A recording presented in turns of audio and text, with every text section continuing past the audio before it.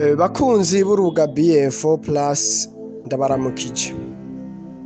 Mumaze iminsi mwumva amakuru avuga ngo Kagame aragwaye, Kagame ari mu bitaro araremvye, hariho n'abandi batari bwavyumve, ariko nje ngaho kugira ngo tubisesangure maze tumenye kuri BM4 Plus uko ibintu biriko bigenda birakwirikirana, na cane ko twiyemeje kugira ngo duhanahane ubumenyi, duhanahane ivyiyumviro, tunamenyereho amakuru atandukanye aba ariko aravugwa kugira ngo bamwe tumenye ibiba biriko bija mbere. Twese ntituyobewe ko i Washington hari gutegurwa amasezerano yo guhagarika intambara iri hagati ya Kongo n'u Rwanda. Ayo masezerano akaba ategekanijwe ku igenekerezo rya 15 ku munsi w'ejo. Mbega baraja kuyasinya bimeze gute? Amakuru ariko aravugwa ameze gute? Nivyo nje dusesangurire hamwe kugira ngo tubandanye kuba kugihe. Ntare yandiriye ku munsi wa mbere. Ku munsi wa mbere no byatanguye kumenyekana ko Kagame agwaye, yatwawe n'indege mu Budagi. Atwawe n'indege bavuga yuko yagiye kwivurizayo.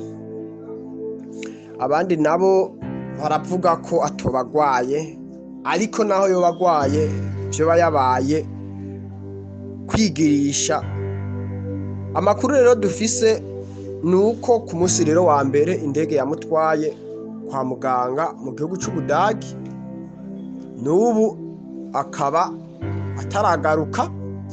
Ayo makuru yamenyekanye kuko no mu Rwanda byaravuzwe yuko perezida amagara yiwe atifashe neza, ariko ari kuri traitement, ariko ibijanye na guverinema ko biriko bifunctiona neza, nene atangorane, umuntu wese ashobora gutunganirizwa. Ego hama musanzwe muzi rero ko Kagame ibintu kijanye n'amasezerano biragoranye gusinya. I Rwanda mwarabonye katagiye gusinya, hariho n'inama yari guterana kandi akaba akenewe cyane y'abakuru b'ibihugu bimwe bereye mu Buganda, yategetswe kuba hari kuko hariko havugwa ibijyanye n'amahoro n'umutekano mu karere, nahone ntiyagiye.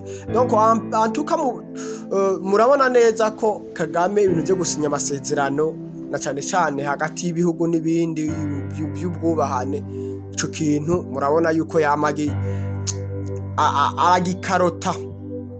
Rero amakuru rero dufise yo kwizerwa nayo inama yabereye mu gihugu cy'u Rwanda, aho les officiers les hauts officiers généraux za RDF bagize inama bafundika ikintu gikwirikira kivuga kiti il faut uko turaba ingene dufeza sambra ko notre président agwaye, gutyo ace agenda kwivuza. Hama mw'uwo mwanya abantu bazo bariko baravuga ko Kagame agwaye atashobora kuja gusinya amasezerano i Washington, gutyo mw'uwo mwanya tuzoca tuba turaraba ico twokora. Donc tuce tuja hamwe twiyumvire, turonke umwanya wo kwiyumvira ico twokora, parce que igihugu c'u Rwanda, mes chers amis, abatwumviriza mwese, mu gihugu c'u Rwanda ibintu ntabwo vyifashe neza. Igihugu c'u Rwanda hamwe kitogarukirwa n'abagabo, des hommes forts, les patriotes, hamwe hato baba patriote b'abasirikare bavuga bati il faut ko dusova igihugu cacu c'u Rwanda. Igihugu c'u Rwanda Kagame yaramaze kugita mu ingorane zamaze kubwira igihugu c'u Rwanda, namwege murazizi. Kagame yatanguye intambara muri Kongo, bafise plan yose y'ingene ibintu bizogenda, ko bazica perezida wa Kisekedi, ko bazotembagaza ubutegetsi bw'u Burundi maze aka karere bakagafata. byose byari prevu ko umwaka tuvugana bizoba byaraheze baramaze gufata Kongo bagafata n'u Burundi. Ariko murabona ko isi yarazungurutse, irazunguruka, politiki irazunguruka, diplomasi barayizungurutsa kugezaho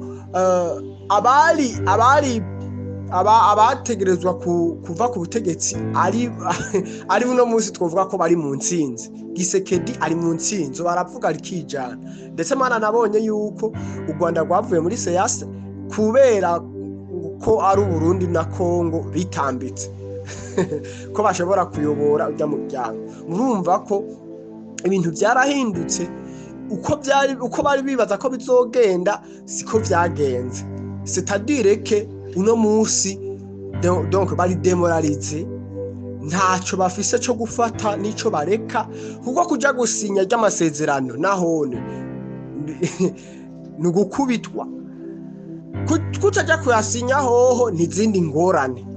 Afete bari nukuvuga ntibafise ico bari bukore cyo bakiza, canke ntibafise n'ico bari bureke gukora cyo bakiza. Wapi hose baramaze kugwa mu mutego.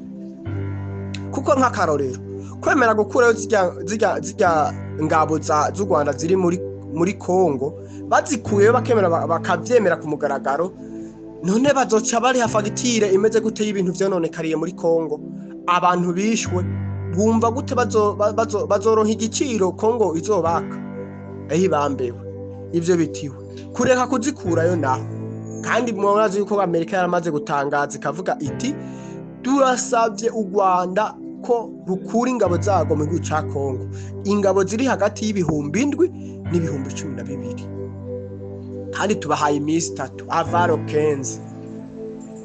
Kandi nagomena ntihagire umuntu abahenda ingabo ntiziravayo, ntihagire abantu babahenda ngo ingabo za Kongo ngo z'u Rwanda ngo zatangwe kuba muri Kongo hibambewe ntiziravayo. Rero barimo baragaragaza uburyo byoshobora gukunda, ariko Amerika yavuze iti okay, Kagame kagwaye nta ngorane, umushikiranganje w'imigenderanire azoza gusinya amasezerano, hanyuma amahoro aboneke, kuko n'umushikiranganje ni intumwa ya perezida. Umva rero mu kugira ngo bafeze sambra ko Kagame agwaye, Kagame je vraiment biravugwa kagwaye, ariko je sinokwemeza kagwaye, ahubwo ni ugufeza sambra qui est très malade pour carotter ces accords et pour donner le temps kuba genero canke kugira bariyagise barabi ico bokora. Icyo bashaka gukora sikindi ba prevoya gukubita coup d'etat, donc bakugaranira ahantu, kuko murumva yuko Amerika kutaja gusinya kwa Kagame ataco biyibariye amasezerano ategerezwa gusinywa. Rero ariko bararondera uburyo bashobora gutera coup d'etat, Kagame bakomugaranira ahantu, bakaca batangaza yuko ubutegetsi bwahahora bwatembagajwe, kandi ibyo ko bwakoze amahano, ko bwisha abantu, ko bwateza intambara mu karere, ko donc bijya bintu byose bagirizwa bavyemere. Umva mugurumva hazoba ari leta nshasha yizobe yari hari bayitembagaje, gutyo bace basinya amasezerano bemere yuko batahukana zya ngabo byose. Donc bijya bintu byose Kagame umva yaravyemereye yuko mu bikoruko. Ariko hari intambamye Kongo isaba ko nukuvuga gusinya amasezerano kwa Kongo, isaba ngo ibyaha byose kwagutse l'impunité, il faut finir avec l'impunité. Il faut yuko bajya abantu bazohanwa, bajya mumva bananga, bajya nuko bakabira bose, il faut yuko bakwirikiranwa n'ubutungane. Ubwo butungane mpuzamakungu bubakwirikirana ICC. Rero naho kubukurikiranwa mu butungane bizofata abagenero, bizofata ba Kagame, ba Kabarebe, bajya bose babagenero. Rero nkumva ko kwiyo point ntacyo bari bufise bari bukore babumva kuburimbwa n'imbwebwe, ntacyo bari bumva babuze ingene bashobora gusova igihugu. Donc niyo preparation irikira haba. Rero Kagame tumve ko swat 10% agwaye, hanyuma izindi 8% atagwaye, ahubwo ariyo nkinamico, ni nkinamico kugira ngo babe bariyumvira ico bokora. Donc murashobora kumva coup d'etat mwanya n'umwanya mu gihugu cy'u Rwanda, kuko Amerika vraiment yaramaze guhaguruka kandi gahagurutse gukuraho ingabo bategerezwa kuzikurayo ku mugaragaro kugira ngo bamenye bati umubare w'abasigaye abasigaye bace bagenda muri ya kantonema hama abakongomani binjijwe mu gisirikare abatari abakongomani nabo basubizwe iwabo. Nuko rero bimeze, turindire tubitega amaso turabe iyo bihinda bija. Amakuru rero nagomba dusangire naya, abo baba bafite n'ayandi mubandanye muyaduhereza. Amakuru ariko yo kwizera yari nkaya. Mugira amahoro. Sawa.